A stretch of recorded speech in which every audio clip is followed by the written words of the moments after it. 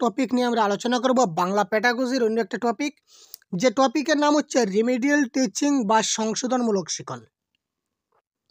তো এই টপিক থেকে কিন্তু প্রত্যেক পরীক্ষায় প্রশ্ন আসে শিক্ষণ, ঠিক আছে। তো সেই সংশোধনমূলক শিক্ষণটা কি, সংশোধনমূলক শিক্ষণটা কেন হয়, কাদের দেওয়া হয়, এই সম্পূর্ণ কনসেপ্ট আমরা আজকে ডিসকাশন করব। তার সঙ্গে আমরা ডিসকাস করব কয়েকটি এমসিকিউজ, ঠিক আছে। এই টপিক রিলেটেড কয়েকটা এমসিকিউজ আজকে আমরা ডিসকাস করব আপনাদের সঙ্গে। সুতরাং ক্লাসটা অবশ্যই শেষ পর্যন্ত দেখবেন, একটুকু স্কিপ করবেন না, কারণ প্রত্যেকটা পয়েন্ট কিন্তু আপনাদের জন্য যথেষ্ট গুরুত্বপূর্ণ, যথেষ্ট মূল্যবান হতে চলেছে। তাই প্রত্যেকটা টপিক আপনারা যদি খুব ভালো করে দেখে নেন, তাহলে আপনাদের কোনো সমস্যা হবে না। পরবর্তী সময় আপনারা খুব ভালোভাবে জিনিসগুলো অ্যানালাইজ করতে পারবেন এবং পরীক্ষার হলে আপনারা একটা ভালো নম্বর আপনারা ক্র্যাক করতে পারবেন, ঠিক আছে ভাই। তো চলুন আমরা স্টার্ট করি আজকের ক্লাসটি। তো প্রথমে আমরা জানবো রিমিডিয়াল টিচিং মানে কি। রিমিডিয়াল টিচিং বা সংশোধনমূলক শিক্ষণ কি, ওই জিনিসটা আগে আমাদের প্রথমে জানতে হবে, তারপর আমরা জানবো বাকি তার কনসেপ্ট। এটা যদি জানি তাহলে কিন্তু রিমিডিয়াল টিচিং 50% হয়ে গেল। কোনো শ্রেণীর সকল শিক্ষার্থী সমমানের হয় না। যে কোনো শ্রেণী, আপনি ক্লাসে যান, ক্লাস 1, ক্লাস 2, ক্লাস 3, ক্লাস 4, প্রত্যেকটা ক্লাসে শিক্ষার্থীরা কি হবে না, তারা সমমানের হবে না। এবং বিষয়ের পাঠদানের সময় সবাই সমানভাবে শিক্ষককে অনুসরণ করতে পারে না। কোনো শ্রেণীর সকল শিক্ষার্থী কি হয় না, সমমানের হয় না, সমান হবে না। এ বিষয়ের পাঠদানের সময় সবাই সমানভাবে শিক্ষককে অনুসরণও করতে পারে না, ঠিক আছে না। সবাইকে কিন্তু সমানভাবে তারা কি করতে পারে না, সব শিশুকে তারা অনুসরণ করতে পারে না, সব সময় শিক্ষককে তারা সব সময় কি করতে পারে না, অনুসরণ করতে পারে না। এ কারণেই কোনো শিক্ষার্থী নানা দিক দিয়ে পিছিয়ে পড়ে। এ কারণে কোনো শিক্ষার্থীরা কি হয়, বিভিন্ন কারণে পিছিয়ে পড়ে। কারণ স্বাভাবিক, ধরে নিন আপনার ক্লাসে 10 জন ছাত্র রয়েছে, আপনি ক্লাস 2 কথা বলেছেন, আমি ক্লাস 2-তে বলেছি, আপনার ক্লাস 2-তে 10 জন ছাত্র রয়েছে। তার মধ্যে কিন্তু সবাইকে আপনি এক্সিলেন্ট পাবেন না। কেউ হয়তো পাবেন, কোনো শিক্ষার্থী তার মধ্যে আপনি 3 জন পাবেন ভেরি গুড, ভেরি এক্সিলেন্ট, আপনার 100% খুব ভালো করে বুঝে। বাকি আরও 5 জন পাবেন যে মোটামুটি বুঝে। বাকি আরও 2 জন পাবেন যে মোটেই বুঝে না। এই যে 2 জন পাচ্ছেন যে মোটেই বুঝে না, তার কারণ কি? তার কারণ হচ্ছে যে তারা শিক্ষার্থী যেটা ইনস্ট্রাকশন, টিচারের যে ইনস্ট্রাকশন রয়েছে সেটা তারা খুব ভালো করে ফলো করতে পারে না, তাই না? আর তারা সেই অন্যান্য শিশুদের সঙ্গে তারা সমানভাবে তাল মিলিয়ে চড়তে পারে না, যার কারণেই তারা অন্যান্য শিক্ষার্থীর থেকে তারা কি থাকে, পিছিয়ে পড়ে। এ কারণেই কোনো শিক্ষার্থী নানা দিক দিয়ে পিছিয়ে পড়ে। সেই পিছিয়ে পড়া শিক্ষার্থীদের চিহ্নিত করে তাদের জন্য পৃথকভাবে পুনঃশিক্ষণের ব্যবস্থা করা হয়, যাতে তারা অন্যান্য শিক্ষার্থীর মতো সব রকম সামর্থ্য অর্জনে উপযুক্ত হয়। সাধারণভাবে এই ধরনের শিক্ষণ কর্মকে রিমিডিয়াল টিচিং বা সংশোধনমূলক শিক্ষণ বলা হয়। আশা করি বুঝতে পারছেন। দেখুন কি বলেছে, কিছু ছাত্র যারা পিছিয়ে পড়ে, কেন পিছিয়ে পড়ে আমি বললাম। তো সেই পিছিয়ে পড়া ছাত্রদেরকে আপনি চিহ্নিত করবেন, আগে মার্ক করবেন যে আমার ক্লাসে যে 2 জন বা 3 জন রয়েছে যারা একদম পিছিয়ে, বা আপনার যদি ক্লাসে টোটাল 100 ছাত্র থাকে, তার মধ্যে আপনি 20 জন বা 30 জন পাবেন যে তারা মোটামুটি বুঝে না। তো যারা মোটামুটি বুঝে না বা একদম কম বুঝে, তাদেরকে আপনি শনাক্ত করুন এবং তাদের জন্য আপনি পৃথকভাবে একটা ক্লাসের ব্যবস্থা করুন।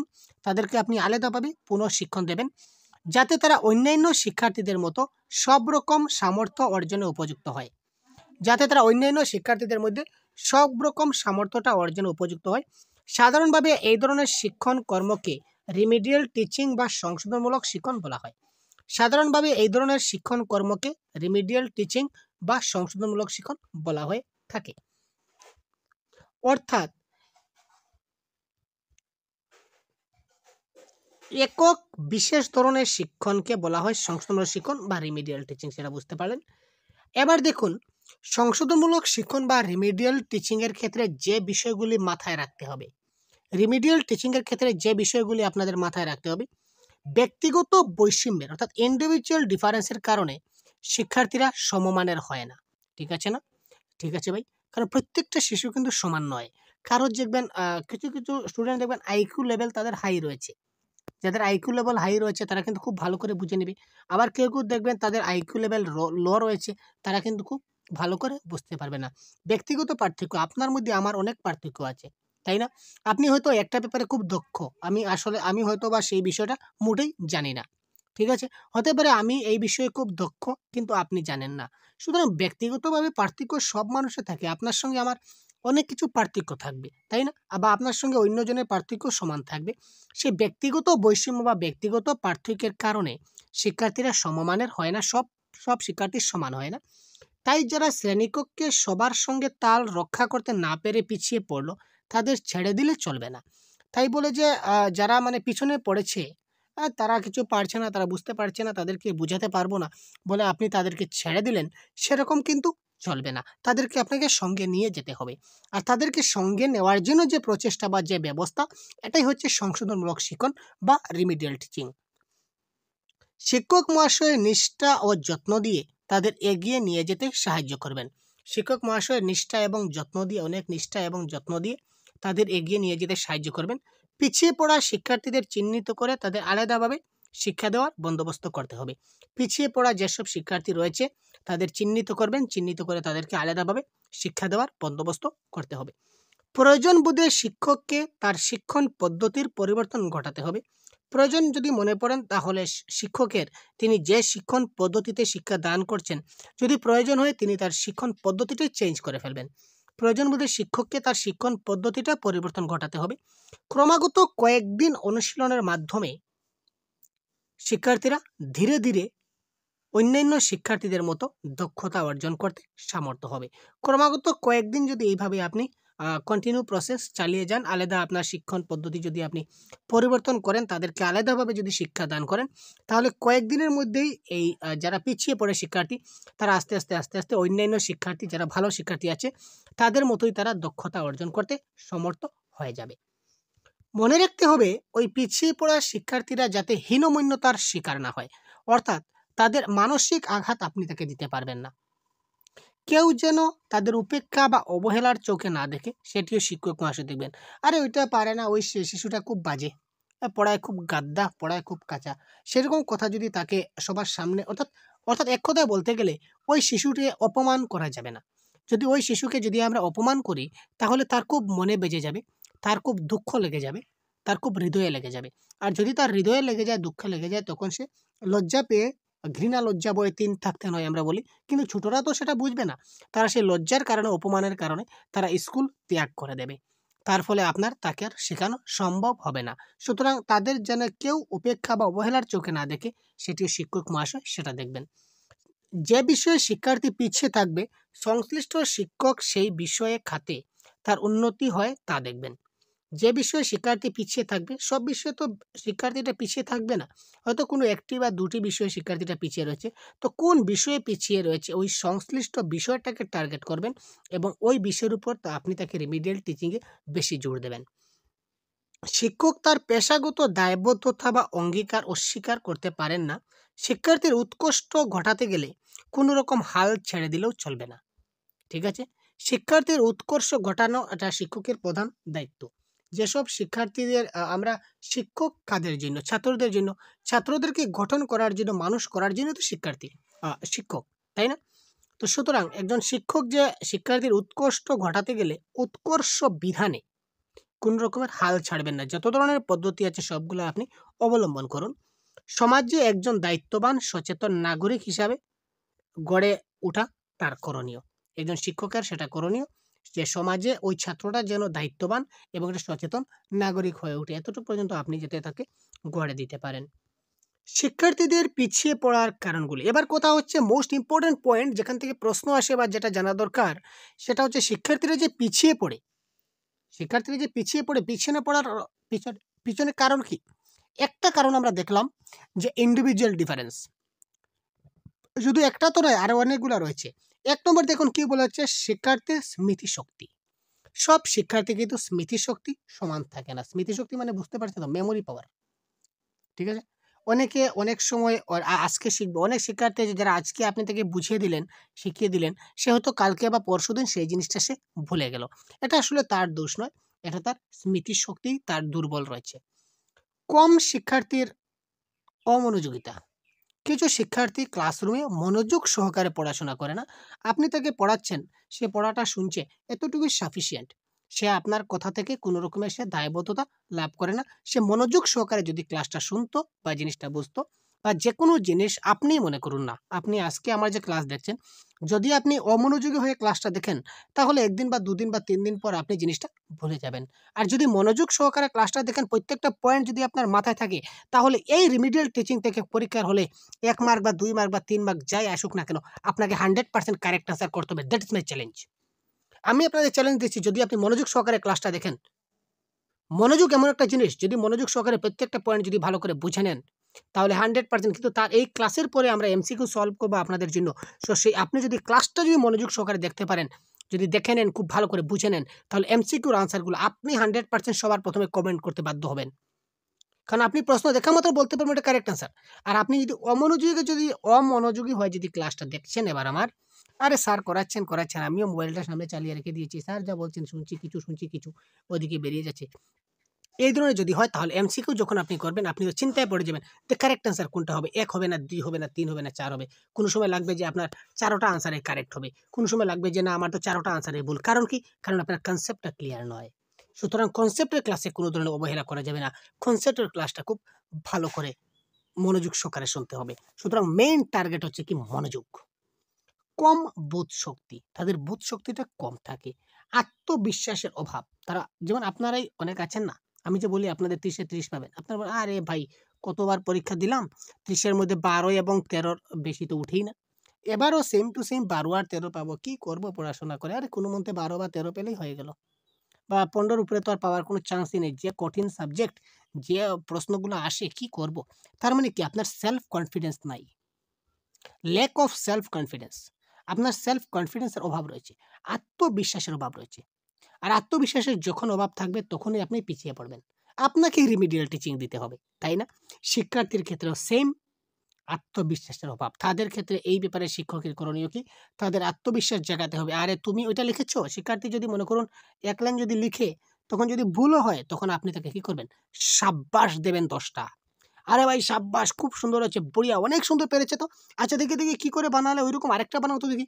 তাকে উৎসাহ প্রদান করবেন। তাহলে সে একের পর এক, একের পর এক, আর একের পর এক সে বানাতে চেষ্টা করবে। আর সে ওই জিনিসটা বানালো, আপনি যদি বলেন, "আরে কি লিখেছ? ছি! এটা লেখা হলো নাকি?" এরকম লিখবে না, মাথা খারাপ হয়ে যায়। তাহলে সে আর লিখবেও না। আপনি তাকে ১ম বার অপমান করে দিলেন তো, তার পরের বার কি সে লিখবে? সে লিখবে না, পড়বে না, বুঝবে না, আল্টিমেটলি তার শিখা হবে না। That is the difference.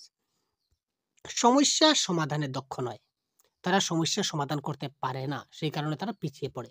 কাজ করতে অধিক সময় প্রয়োজন হয়। কিছু আছে যে তারা কিছুটা আপনি কাজ দিলেন, যেমন ম্যাথসের যদি আপনি হোম টাস্ক দিয়ে দিন বা বললেন যে তোমরা হ্যান্ডরাইটিং হাতের লেখা এতটুকু পর্যন্ত এতটুকু লিখে বর্তমানে দেখাও। তো দেখবে অনেক টাইম লেগে যাবে যে তারা আস্তে আস্তে কাজটা করছে। এইসব কারণেই কিন্তু শিক্ষার্থীরা পিছিয়ে পড়ে। শিখনের প্রতি অনীহা, শেখার প্রতি কোনো ইচ্ছা নাই। শিখনের প্রতি অনীহা মানে শিখতে তারা উৎসাহিত নয়। তাদেরকে এই ক্ষেত্রে আরেকটা রয়েছে দেখুন, উৎসাহের অভাব। তাদের মধ্যে উৎসাহ নাই। আর উৎসাহ নাই গতিকেই শিখনের প্রতি অনীহা এসেছে। শিখনের প্রতি অনীহা মানে শিখতে ভালো লাগছে না, মনোযোগ নাই। বিমূর্ত ধারণাগুলো অনুধাবন করতে না পারা। বিমূর্ত ধারণা যেগুলা রয়েছে সেগুলো তারা অনুধাবন করতে পারে না। যেমন সৌরজগৎ, সোলার সিস্টেম বলতে কি? সৌরজগতের বুধ, শুক্র, পৃথিবী, মঙ্গল কোনটার কয়টা গ্রহ রয়েছে, কোনটার কয়টা উপগ্রহ আছে, এটা তাকে মুখস্থ শেখালে আপনি হবে না। আপনি তাকে টিএলএম এর মাধ্যমে তাকে বুঝিয়ে দিন। বিমূর্ত জিনিসটাকে আপনি মূর্তভাবে আপনার সামনে একটা প্র্যাকটিক্যাল একটা সৌরজগৎ আপনি কাগজ দিয়ে তৈরি করুন, নতুবা একটা গ্লোব দিয়ে তাকে বুঝিয়ে দিন। তাহলে সেটা তার মাথায় ঢুকবে। ভারতের পূর্বে কি রয়েছে, পশ্চিমে কি রয়েছে, উত্তরে কি রয়েছে, দক্ষিণে কি রয়েছে, ভূমধ্য সাগর কোথায় রয়েছে, শ্রীলঙ্কা কোথায় রয়েছে, আরব সাগর কোথায় রয়েছে, ভূমধ্য সাগর কোথায় রয়েছে, লোহিত সাগর কোথায় রয়েছে। আপনি তাকে যতই শেখান না কেন, আজকে শেখাবেন, কালকে ভুলে যাবে। আমরাই ভুলে যাই, আর অত ছোট শিশু। কিন্তু একটা আপনি ভারতবর্ষের ম্যাপ তার হাতের সামনে রাখুন। ১ম এ তাকে বুঝিয়ে দিন ম্যাপের পূর্বে কোন, পূর্ব দিক, পশ্চিম দিক, উত্তর দিক, দক্ষিণ দিক ১ম এ তাকে ভালো করে বুঝিয়ে দিন। এরপর চেষ্টা করুন যে সে পূর্ব, পশ্চিম, উত্তর, দক্ষিণ চিনতে পারল কিনা না। যদি সে পূর্ব, পশ্চিম, উত্তর, দক্ষিণ চিনতে পারে, তাহলেই আপনি বলবেন যে ওই দিকে দেখো কি রয়েছে, সেটা আরব সাগর রয়েছে। তার মানে ওটা কোন দিকে রয়েছে দেখতে পাচ্ছ তো? ওই দিকটা মনে রাখবে। ওই দিকে আরব সাগর তুমি চোখে দেখে নাও। তখন তার চোখের মধ্যে ফোকাস হয়ে যাবে। তখন সে ম্যাপের উপরে দেখবে হিমালয় পর্বত। তো উপরের দিকে কি রয়েছে? উত্তর। তো উত্তরে কি রয়েছে? এখানে কি দেখতে পাচ্ছ বাবা? এখানে হিমালয় পর্বত। তারপর সে দেখা মাত্রই বলবে, "আচ্ছা বলো তো হিমালয় পর্বত ভারতবর্ষের কোন দিকে অবস্থিত?" তখন সে দেখবে যে ম্যাপের উপর দিকে রয়েছে। তার মাথায় তখন হিমালয়ের ছবিটা সবার উপরে মানে ম্যাপের উপরে তার মাথায় সেটা দেখতে পাবে। তো স্যার উপরে রয়েছে, উপরে তো উত্তর দিক, তাই না? তো হিমালয় পর্বত স্যার উত্তরে আছে। আল্টিমেটলি সে বলতে পারবে। এইভাবে বাস্তব উপাদানের সম্মুখে আপনি তাকে শিখাবার চেষ্টা করুন। আর আপনি যদি তাকে বলেন যে উত্তরে হিমালয়ে, পশ্চিমে ওই, দক্ষিণে ওই, পূর্বে ওই, আপনি প্রতিদিন বলতে যাবেন, ওই আপনার সঙ্গে, সঙ্গে বলবে। ২ দিন পর আবার সেই ভুলে যাবে, কেলিয়ে যাবে। শেষ, কাজ খতম। সামাজিক ও পারিবারিক অস্বাস্থ্যকর পরিবেশ। কিছু, কিছু সামাজিক এবং পারিবারিক কিছু সমস্যা রয়েছে। যেমন মা-বাবা যদি প্রতিদিন ঝগড়াঝাটি করে ঘরে, বা বাড়ির পরিবারের যদি বাবা-কাকা যদি ঝগড়া করে, বা ভাই-বোন যদি ঝগড়া করে, এই পরিবারে যদি শিক্ষার্থী থাকে, তাহলে তার মাথাটা আল্টিমেটলি খারাপ থাকবে। সে যখন পড়বে তখন সে পড়াতে মন বসবে না। সে ঝগড়া নিয়ে ব্যস্ত থাকবে। তার মনে ছোট হলে কি হবে? তার মনে একটা ভয় থাকবে যে আজকে দরবারে কি হবে? আজকে কি হবে? আজকে আবার তারা দরবার ঝগড়া করবে। আজকে কি হবে? এই ধরনের একটা পরিবেশ যদি অস্বাস্থ্যকর পরিবেশ সৃষ্টি হয়, তাহলে কিন্তু সেটা আ এইসব কারণে শিক্ষার্থীরা কি করে? পিছিয়ে পড়ে। ঠিক আছে? আশা করি বুঝাতে পেরেছি। তারপর দেখুন ঠিক কি কারণে শিক্ষার্থীরা পিছিয়ে পড়তে পারে, সে আলোচনা ব্যাপক হতে বাধ্য। অ্যাকচুয়ালি এইসব কারণ ছাড়াও আর অনেকগুলা কারণ রয়েছে শিক্ষার্থীরা পিছিয়ে পড়ার। আপনারা নিজেরাই চিন্তা করুন না। চিন্তা করলে আপনার অনেকগুলা পাবেন। সেইজন্য এখানে বলা হয়েছে যে সেটা আলোচনা সেটা ব্যাপক হতে পারে। অনেক দীর্ঘ হতে পারে সেই আলোচনা। শুধু যে নির্দিষ্ট কয়েকটা যে আমি এখানে পয়েন্ট তুলে দিলাম কারণ এই পয়েন্টগুলি থেকে প্রশ্ন আসে। আরো অনেকগুলো পয়েন্ট হতে পারে। আপনারা ভেবে দেখবেন। শিক্ষার্থীরা পিছিয়ে পড়ার কারণে ব্যাপক কারণ আছে। কারণ প্রতিটা শিক্ষার্থীর পিছিয়ে পড়ার কারণগুলোই আলাদা, আলাদা। প্রত্যেকটা শিক্ষার্থী পিছিয়ে পড়ার কারণগুলো কিন্তু আলাদা, আলাদা। তো কত শিক্ষার্থী পিছিয়ে পড়েছে তার কোনো অনুমান আছে নাকি? প্রত্যেকটা ক্লাসে যদি ২০ জন ৩০ জন করে যদি পিছিয়ে পড়ে, তাহলে কতটা স্কুল রয়েছে, কতটা ক্লাস রয়েছে ভারতবর্ষে আপনি দেখুন আর কতটা ছাত্র পিছিয়ে রয়েছে। তো প্রত্যেকটা ছাত্রের পিছনে পিছিয়ে পড়ার কারণগুলো কিন্তু প্রত্যেকে আলাদা, আলাদা। সমান নাও হতে পারে। সুতরাং পিছিয়ে পড়ার কারণও কিন্তু অনেক ব্যাপক, সীমাহীন। অর্থাৎ একেকটি শিক্ষার্থীর একেক রকম কারণ রয়েছে পিছিয়ে পড়ার। ঠিক আছে? নেক্সট পয়েন্ট কি বলেছে দেখি। রিমিডিয়াল টিচিং এর ক্ষেত্রে শিক্ষক মহাশয়কে কিছু পদ্ধতি অবলম্বন করা দরকার। এবার আসলাম আমাদের ক্ষেত্রে। এত সব জানলাম যে কেন, কিসের কারণে তারা রিমিডিয়াল টিচিং পিছিয়ে পড়েছে। এবার রিমিডিয়াল টিচিং এর ক্ষেত্রে আমাদের অর্থাৎ শিক্ষক মহাশয়দের কি করতে হবে, কি পদ্ধতি অবলম্বন করতে হবে, সেটা আমাদের কিছুটা দেখতে হবে। অপেক্ষাকৃত সহজ এবং সরলভাবে বিষয়বস্তু পরিবেশন করতে হবে। আগে আমি ক্লাসে যেভাবে বিষয়বস্তুকে পরিবেশন করেছি, তার থেকে আরো সহজ এবং আরো সরলভাবে আমরা বিষয়বস্তুটাকে পরিবেশন করতে হবে। যথাসম্ভব শিক্ষা উপকরণ ব্যবহার করতে হবে। যতটুকু বেশি সম্ভব আমরা টিএলএম ব্যবহার করব। শিক্ষার্থীদের ধরে, ধরে তাদের অসুবিধাগুলি চিহ্নিত করতে হবে। যেহেতু ক্লাসে সব ছাত্রকে আমরা এড়িয়ে দিয়ে বাকি যারা পিছিয়ে পড়েছে তাদেরকে আলাদা যখন ক্লাস করব, তখন তাদেরকে হাতে, হাতে ধরে, ধরে তাদের প্রত্যেকটা তাদের মনের কথা জানতে হবে। তারা কেন শিখতে পারছে না, কেন বুঝতে পারছে না, তাদের কোথায় সমস্যা রয়েছে এই জিনিসগুলি তাদের ব্যক্তিগতভাবে তাদেরকে খুব ভালো করে জানতে হবে। তাদের অসুবিধাগুলোকে চিহ্নিত করতে হবে। শিক্ষার্থীরা যাতে পাঠে বিশেষ মনোযোগী হয় তা দেখতে হবে। অর্থাৎ কি করলে শিক্ষার্থীরা তাদের মনোযোগ বৃদ্ধি হবে। ঠিক আছে? মনোযোগ, আগ্রহ, তাদের ইন্টারেস্ট লাগবে ক্লাসে। ওই জিনিসগুলো তাদেরকে দেখতে হবে। শিক্ষার্থীদের মধ্যে যথেষ্ট আত্মবিশ্বাস গড়ে তুলতে হবে। তাদের মধ্যে আগে বলেছিলাম না আত্মবিশ্বাস যে তোমার দ্বারা হবে, তুমিই পারবে। কেন পারবে না? সবাই পারছে। এই তো আজকে পারছে। অনেক সুন্দর হয়েছে। তুমি আরো পারবে। চেষ্টা করে যাও, অনেক সুন্দর হয়েছে আজকে। পরের দিন যেন আরো সুন্দর হয়। পরের দিন যখন আসবে, কালকে থেকে তো অনেক সুন্দর হয়েছে। আরে বহুত বড়িয়া, এখন আরেকটা বানাও তো। এইভাবে তাকে কি করতে হবে? তার মধ্যে আত্মবিশ্বাস গড়ে তুলতে হবে যে না স্যার বলেছেন আমি পারবো, তার মানে আমি পারবো। সঠিক সময়ে যাতে কর্ম সম্পাদন করতে পারে তা দেখতে হবে। একটা নির্দিষ্ট টাইম দিয়ে দেবেন তাকে যে এই সময়ের মধ্যে তোমাকে এই কাজটা খতম করতে হবে। বিমূর্ত ধারণাগুলি যাতে তারা ঠিকমতো বুঝতে পারে সেটা চেষ্টা করতে হবে। বিমূর্ত ধারণাগুলি যেগুলা রয়েছে সেগুলাকে ঠিকমতো বুঝতে পারে, অর্থাৎ মূর্ত বস্তু দিয়ে, বাস্তব উপাদান দিয়ে, টিএলএম দিয়ে সেই বিমূর্ত জিনিসগুলিকে আপনি মূর্ত করে দেখাতে পারেন। কেন তারা পাঠে অমনোযোগী হচ্ছে তার কারণ খুঁজে বের করতে হবে। তারা যে ক্লাসে যে অমনোযোগী হচ্ছে, অমনোযোগী হওয়ার মূল কারণ কি? এই কারণগুলো আপনি খুঁজে বের করবেন। যে তারা কেন পিছিয়ে পড়ছে? বা তারা ক্লাসে যে অমনোযোগী হচ্ছে, তারা যে মনোযোগ দিচ্ছে না সেটার কারণ কি? পাঠে তারা কেন উৎসাহ বোধ করছে না তা জানার চেষ্টা করতে হবে। পাঠে তারা কেন উৎসাহ বোধ করছে না সেটা জানতে হবে। দৃষ্টান্ত দিয়ে তাদের মনে মনোবল সঞ্চয় করাতে হবে। একটা উদাহরণ দিয়ে তাদের মনোবলটা সঞ্চয় করতে হবে। অন্যান্য শ্রেণীর অন্যান্য শিক্ষার্থীদের সাথে তাদের যেন সুসম্পর্ক বজায় থাকে তা দেখতে হবে। যারা অনেক ভালো স্টুডেন্ট তারা দেখবে যারা খারাপ, যারা কিছুটা একটু মানে পিছিয়ে পড়েছে তাদের সঙ্গে কিন্তু মেলামেশা করে না, তাদের থেকে দূরে থাকার চেষ্টা করে। এই ব্যাপারে আপনি একটু দেখবেন সবার সঙ্গে যেন সুসম্পর্ক বজায় থাকে। আমরা বলি না সৎসঙ্গে স্বর্গবাস, অসৎ সঙ্গে সর্বনাশ। খারাপ একটা ছাত্র যদি ভালো ছাত্রের সঙ্গে সবসময় মিশে তাহলে ছাত্রটা আলটিমেটলি ভালো ছাত্র গড়ে উঠবে। ত্রুটিগুলি শুধরে দিয়ে যাতে তাদের আবার স্বাভাবিক শ্রেণী শিক্ষণে ফিরিয়ে আনা যায় তার চেষ্টা করতে হবে। রিমিডিয়াল টিচিং এর পরে, রিমিডিয়াল টিচিংটা শেষ করার পর তাকে আবার স্বাভাবিক শ্রেণী শিক্ষণে সবার সঙ্গে যাতে ফিরিয়ে আনা যায় সেই চেষ্টা করতে হবে। তারপর দেখুন, চলুন আমরা এবার কয়েকটি এমসিকিউ সলভ করব। তো এমসিকিউ গুলো আমি নয়, আপনারা সলভ করবেন। মাত্র কয়েকটি এমসিকিউ, হাতে গোনা কয়েকটি এমসিকিউ রয়েছে, যে এমসিকিউ গুলো আপনারা দেখি তো কারেক্ট আনসার আপনাদের কি হয়। কারেক্ট আনসার আপনারা দিন তো। পিছিয়ে পড়া ছাত্রদের এগিয়ে নিয়ে যাওয়ার জন্য কাদের দায়িত্ব বেশি? পিছিয়ে পড়া যারা ছাত্র রয়েছে তাদেরকে এগিয়ে নিয়ে যাওয়ার জন্য কার দায়িত্ব বেশি? পিতামাতা, অভিভাবক, শিক্ষক না বন্ধু বান্ধব? বলুন কারেক্ট আনসার কি হবে। এতক্ষণ আমি বললাম ভাই, এবার আপনারা বলুন কারেক্ট আনসার কি হবে। অপেক্ষায় রয়েছে আপনাদের, কমেন্ট করুন। তারপর নেক্সট কোয়েশ্চনে যাব। ইন্টারেস্টিং ক্লাস হতে চলেছে। তো পিছিয়ে পড়া ছাত্রদের জন্য আমাদের কি করতে হবে? পিছিয়ে পড়া ছাত্রদের জন্য কি করতে হবে? রিমিডিয়াল টিচিং করতে হবে। আর এই রিমিডিয়াল টিচিংটা কে করবে? শিক্ষকে করবে। সুতরাং শিক্ষকের দায়িত্ব সবচেয়ে বেশি। নেক্সট, পিছিয়ে পড়া ছাত্রদের কি করা যাবে না? পিছিয়ে পড়া ছাত্রদের কি করা যাবে না?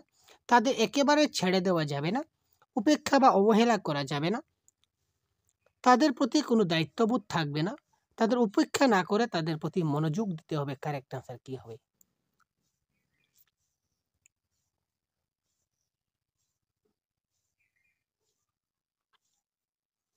পিছিয়ে পড়া ছাত্রদের কি করা যাবে না? একেবারে ছেড়ে দেওয়া যাবে না, ঠিক আছে, আমরা কি একেবারে ছেড়ে দেব না? ছেড়ে দেব না। উপেক্ষা বা অবহেলা করা যাবে না, আমরা কি থেকে অবহেলা করব না। তাদের প্রতি কোনো দায়িত্ববোধ থাকবে না, নিশ্চয়ই আমার দায়িত্ববোধ আছে। তাদের উপেক্ষা না করে তাদের প্রতি মনোযোগী হতে হবে। ইয়েস, তাদের প্রতি মনোযোগী হতে হবে।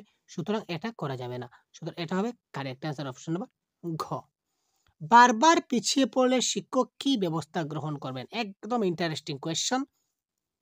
বারবার তাকে অনেকবার, আমরা অনেক সময় প্রশ্ন আসে আপনাদের মনে, আপনারা তো এতক্ষণ কমেন্ট করেননি, কিন্তু আমার মনে প্রশ্ন এসেছিল, আমি অপেক্ষা ছিলাম যে আপনারা কমেন্ট করছেন কিনা না। তো বারবার যদি ছাত্রটা পিছিয়ে পড়ে তাহলে শিক্ষক কি ব্যবস্থা গ্রহণ করবেন? আমি তাকে রিমিডিয়াল টিচিং দিতে যাচ্ছি, কিন্তু সে বারবার পিছনে যাচ্ছে। এই ক্ষেত্রে আপনি তাকে কি করতে পারেন? পিতামাতাকে ব্যাপারটি জানাবেন, শিক্ষার্থীদের জানাবেন, প্রধান শিক্ষককে জানাবেন, নিজে ছাত্রদের সাথে বসে কারণ খুঁজে ব্যবস্থা নেবেন। তো এটা কারেক্ট আনসার। পিতামাতাকে জানালে হবে না, শিক্ষার্থী জানালে হবে না। আর প্রধান শিক্ষক কি করবেন? আমি যদি না পারি তাহলে আমি একজন শিক্ষক, প্রধান শিক্ষক আরেকজন শিক্ষক। আমি পারলাম না তো প্রধান শিক্ষক কি করবেন? প্রধান শিক্ষক কি করবেন? কিছু করতে পারবেন না এই ব্যাপারে। যা করতে হবে আমাকেই করতে হবে। সুতরাং নিজে ছাত্রদের সাথে বসে কারণ বুঝে ব্যবস্থা নিতে হবে। কাদের জন্য সংশোধনমূলক শিক্ষণের ব্যবস্থা নেওয়া হয়? বহুত বড়িয়া কোয়েশ্চন। বিদ্যালয়ের সকল শিক্ষার্থীদের জন্য, শ্রেণীকক্ষে পিছিয়ে পড়া শিক্ষার্থীদের জন্য, শ্রেণীকক্ষ এগিয়ে থাকা শিক্ষার্থীদের জন্য, স্কুল ছুট শিক্ষার্থীদের জন্য বা ড্রপ আউট চিলড্রেনদের জন্য। তো কাদের জন্য সংশোধনমূলক শিক্ষণ? ভাই এতক্ষণ কি বললাম ভাই, কি হলো? Correct answer question number 4। Correct answer কি হবে? তাড়াতাড়ি কমেন্ট বক্স, তাড়াতাড়ি কমেন্ট করুন কারেক্ট আনসার কি হবে। শ্রেণীকক্ষে যারা পিছিয়ে রয়েছে, সুতরাং পিছিয়ে পড়া শিক্ষার্থীদের জন্য আমাদেরকে কি করতে হবে? সংশোধনমূলক শিক্ষণের ব্যবস্থা করতে হবে। সংশোধনমূলক শিক্ষণের সময়কাল 365 দিন, 1 মাস, 6 সপ্তাহ থেকে 3 মাস, না সমগ্র শিক্ষাবর্ষ? তো এটা কারেক্ট আনসার হবে সমগ্র শিক্ষাবর্ষ। অ্যাকর্ডিং টু একাডেমিক ক্যালেন্ডার মতে আমাদেরকে সংশোধনমূলক শিক্ষণ দিতে হবে। সংশোধনমূলক শিক্ষণ বা রিমিডিয়াল টিচিং এর উদ্দেশ্য কি? শিক্ষার্থীদের আচরণের উন্নতি করা, সহ পাঠ্যক্রমিক কার্যাবলীর শিক্ষা দেওয়া, শিক্ষার্থীদের মেধার উন্মেষ ঘটানো, পিছিয়ে পড়া শিক্ষার্থীদের আলাদাভাবে সাহায্য করা।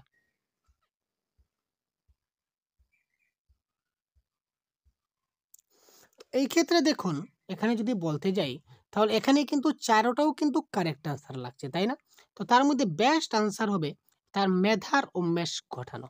ঠিক আছে, next question number 7, correct answer কি হবে?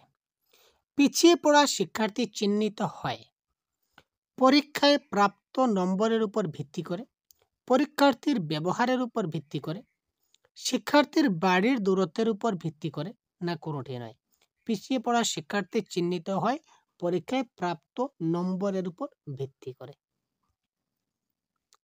পিছিয়ে পড়া ছাত্রদের এগিয়ে নিয়ে যাওয়ার জন্য ছাত্ররা কি করবেন? পিছিয়ে পড়া ছাত্রদের যদি আবার এগিয়ে নিয়ে যেতে হবে তাহলে ছাত্ররা কি করবে? বিষয়বস্তু দায় সারাভাবে বুঝিয়ে দেবেন, আবার পড়তে বলবেন, সহপাঠীদের কাছে বুঝে নিতে বলবেন, ধীরে ধীরে বিষয়বস্তু অনুশীলন করিয়ে এগিয়ে নিয়ে যাবেন। কোয়েশ্চন নাম্বার 8, কারেক্ট আনসার কি হবে বলুন তো? পিছিয়ে পড়া ছাত্রদের এগিয়ে নিয়ে যাওয়ার জন্য ছাত্ররা কি করবেন? তো বিষয়বস্তুগুলা আমি ভালো করে বুঝালাম, আবার পড়তে বলবো না, সহপাঠীদের কাছে বুঝতে, তাহলে আমি কি করব? কারেক্ট আনসার ধীরে ধীরে বিষয়বস্তু অনুশীলন করিয়ে তাকে এগিয়ে নিয়ে যেতে হবে। শুধু যে বুঝিয়ে দিলে হবে না, তাকে কি করতে হবে? এগিয়ে নিয়ে যেতে হবে। সুতরাং অপশন নাম্বার ঘ ইজ দ্য রাইট আনসার। তো আজকে আমরা এই পর্যন্তই, আজকের এই ক্লাসটা বিদায় নিলাম। তো আজকে আমরা রিমিডিয়াল ক্লাস নিয়ে আলোচনা করলাম। দেখতে পাচ্ছেন এই সবগুলি প্রশ্ন এবং সবগুলি কনসেপ্ট আমরা আজকের ক্লাসে আপনার ডিসকাস করেছিলাম। বাংলা শিক্ষণ, যেটা বাংলা পেডাগজির ক্লাস, সমতুল্য শিক্ষণ। যদি ভালো লেগে থাকে তাহলে অবশ্যই ভিডিওটি শেয়ার করবেন বন্ধুদের সঙ্গে। আমরা আপনাদের সঙ্গে শেয়ারই কামনা করছি। প্রত্যেকটা ক্লাস আপনারা অবশ্যই শেয়ার করবেন, সেটাই রিকোয়েস্ট থাকলো। তো ধন্যবাদ, ভালো থাকবেন, সুস্থ থাকবেন এবং এই ধরনের ক্লাস আরও পেতে আমাদের চ্যানেলটিকে সাবস্ক্রাইব করে এখন সাথে থাকুন। ধন্যবাদ।